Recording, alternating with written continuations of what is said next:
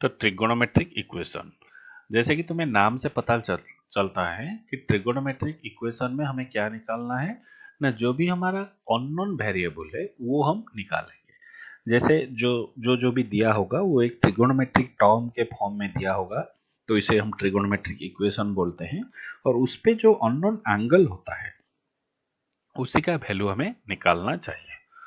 तो ये देखो यहाँ पे क्या दिया गया है ना, मान लो sine theta is equal to √3/2। तो तुम्हें यहाँ पे थीटा पे वैल्यू पूछा जाएगा। अगर तुम कोई भी देख के बोल सकता है कि थीटा कितना होगा ना, 60 डिग्री और π/3। लेकिन अगर तुम इतना लिखते हो तो तुम गलत हो। तुम पूछोगे कि क्यों गलत हूँ, हमको तो बचपन से सिखाया गया है कि sine theta is equal to √3/2 means theta is equal to π/3 और 60 डिग्री। हाँ, ये क्या होता है ना, ये एक बेसिक सॉल्यूशन है but not the entire solution. इसका मतलब क्या है, अब हम ट्रिगोनोमेट्रिक रेशियोज पे बहुत सारे फॉर्मूले देख चुके हैं। अब मान लो कोई तुम्हें अगर 60 डिग्री या फिर π/3 प्लॉट करने को बोलता है तो तुम कैसे प्लॉट करोगे।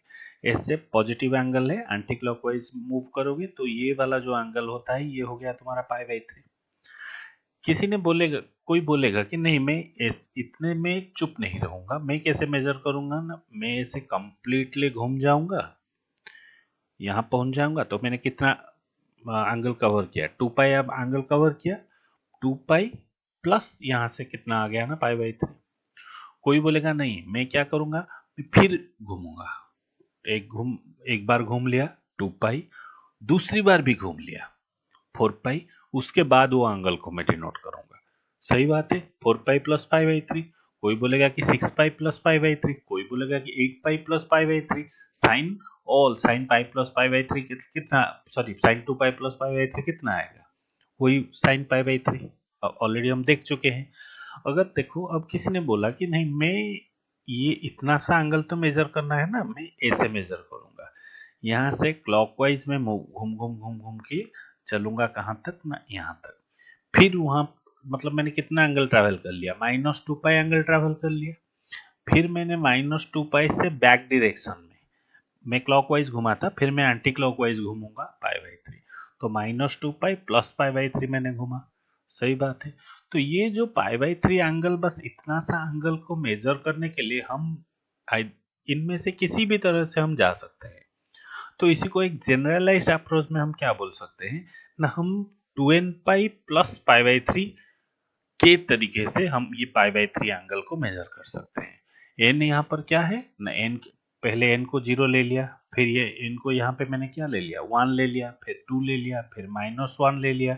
इसी तरह इन जनरल मैं इसको बोल सकता हूँ कि 2nπ प्लस π/3 तरीके से मैं ये साइन थीटा जो कि फर्स्ट क्वाड्रेंट में थीटा का वैल्यू रहता है उसको मैं मेजर कर सकता हूँ।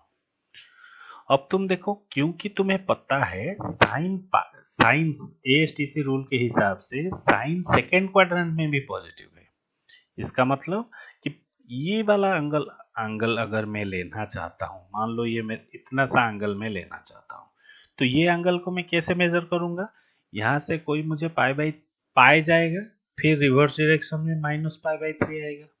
तो ये वाला एंगल साइन पाई माइनस π/3 कितना होगा, क्योंकि साइन इस क्वाड्रेंट में पॉजिटिव है, तो साइन पाई माइनस π/3 मेरा आ जाएगा साइन π/3, यानी कि वो भी √3/2 मुझे देगा। ये वाला फर्स्ट क्वाड्रेंट में अगर एंगल हुआ तो साइन के लिए एक्सक्लूसिवली जो मैं बोल रहा हूँ वो सिर्फ साइन के लिए, कॉस के लिए टैन के लिए अलग हो जाएगा।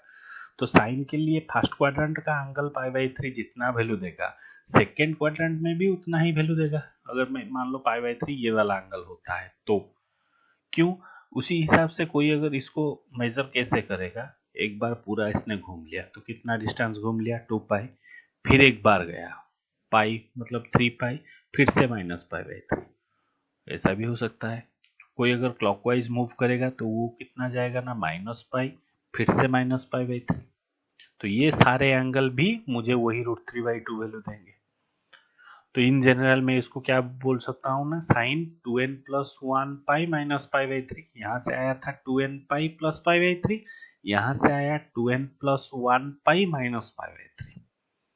समझ रहे हो, ये सारे साइन का वैल्यू जो है वो मुझे √3/2 वैल्यू ही देंगे।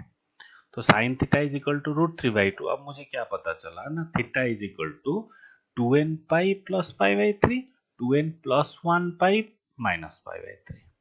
तो इसको अगर मैं जेनरलाइज तरीके से लिखूं, 2n पाई और 2n प्लस 1 पाई, यानी कि ये इवन और दो टाइप का इंटीजर आ गया, तो इसको मैं लिख सकता हूं n पाई। और यहाँ पे मैं क्या लिखूं, इवन पाई के जगह पे प्लस साइन, ऑड पाई के जगह पे और ऑड n के जगह पे माइनस साइन। तो यहाँ पे मैं लिख सकता हूँ -1n, ताकि n अगर इवन आ जाएगा तो ये वाला टर्म पॉजिटिव हो जाएगा, तो ये ऊपर वाला टर्म आ गया। n अगर ऑड आ गया तो ये वैल्यू के लिए वो नेगेटिव आ जाएगा। तो इसीलिए जनरल सॉल्यूशन क्या होता है, तुम देखो यहीं पे लिखा गया है कि given suppose sin theta is equal to k and k is known. k is known मतलब क्या होता है ना, k का एक बेसिक वैल्यू हमें पता है। बेसिक वैल्यू आगे चल के हम देखेंगे, उसको हम प्रिंसिपल वैल्यू बोलते हैं। तो k का एक बेसिक वैल्यू हमें पता है। बेसिक वैल्यू का रूल क्या होना चाहिए वो भी आगे है, 0 से 2 पाई के अंदर में एक बेसिक वैल्यू हम ढूंढेंगे। तो sine theta is equal to sine alpha, जैसे कि हमें पता है। तो थीटा इज इक्वल टू क्या हो गया, जैसे यहाँ पर हमें क्या मिला, sine theta is equal to sine पाई/3, बेसिक एंगल में हमें मिल गया। तो थीटा हो गया n pi plus minus 1 to the power n into alpha. यानी कि इस केस में क्या होगा ना, sine theta is equal to √3/2, तो theta is equal to n pi plus minus 1 to the power n into पाई/3। एक एग्जांपल देख लो, sin theta is equal to 1/2, यानी कि 1/2 मतलब sin पाई/6 होता है। तो theta is equal to n pi plus minus 1 to the power n into पाई/6। उसी तरह और एक एंगल भी देख लो, साइन और एक example, sin theta is equal to -1/√2। तो -1/√2 साइन का क्या होता है, देखो ये जो इक्वेशन है इसे तुम्हें साइन कॉस टैन कॉस सब सेपरेटली याद रखना होगा जितने भी आता है। और एक बार प्रैक्टिस आ जाए, क्योंकि इसको जेई में थोड़ा ज़्यादा हम प्रैक्टिस करवाते हैं, तुम जेई वाले नोट सेक्शन में भी देख लेना। तो जेई वाले में कुछ ज़्यादा है, बस हम 11th-12th के लिए जितना चाहिए उतना ही पढ़ाएंगे। अच्छा, तो sine theta is equal to -1/√2, यानी कि जो basic angle sine of minus theta क्या होता है, माइनस साइन थीटा। तो ये साइन माइनस पाई/4, इसीलिए थीटा इज इक्वल टू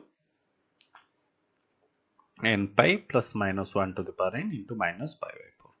अब देखो कॉस, जैसे कि ये दोनों क्वाड्रेंट पे साइन पॉजिटिव था, तो कॉस का क्या स्टेटस है ना, कॉस ये दोनों क्वाड्रेंट में पॉजिटिव है, यानी कि कॉस पाई/3 का वैल्यू जितना है, कॉस माइनस पाई/3 का वैल्यू भी cos of minus pi is equal to cos pi, तो वो भी उतना ही है।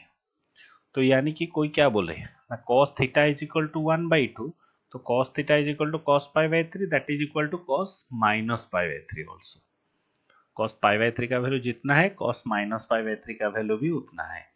तो pi/3 को हम मेजर करेंगे ऐसे, तो फिर कैसे ना, 2n घूम के फिर मेजर करते हैं, फिर 4n घूम के मेजर करते हैं। तो इसको हम जनरलाइज्ड क्या लिख सकते हैं, ये वाला एंगल को 2n प्लस pi/3 और ये वाला एंगल को हम लिख सकते हैं 2n माइनस pi/3।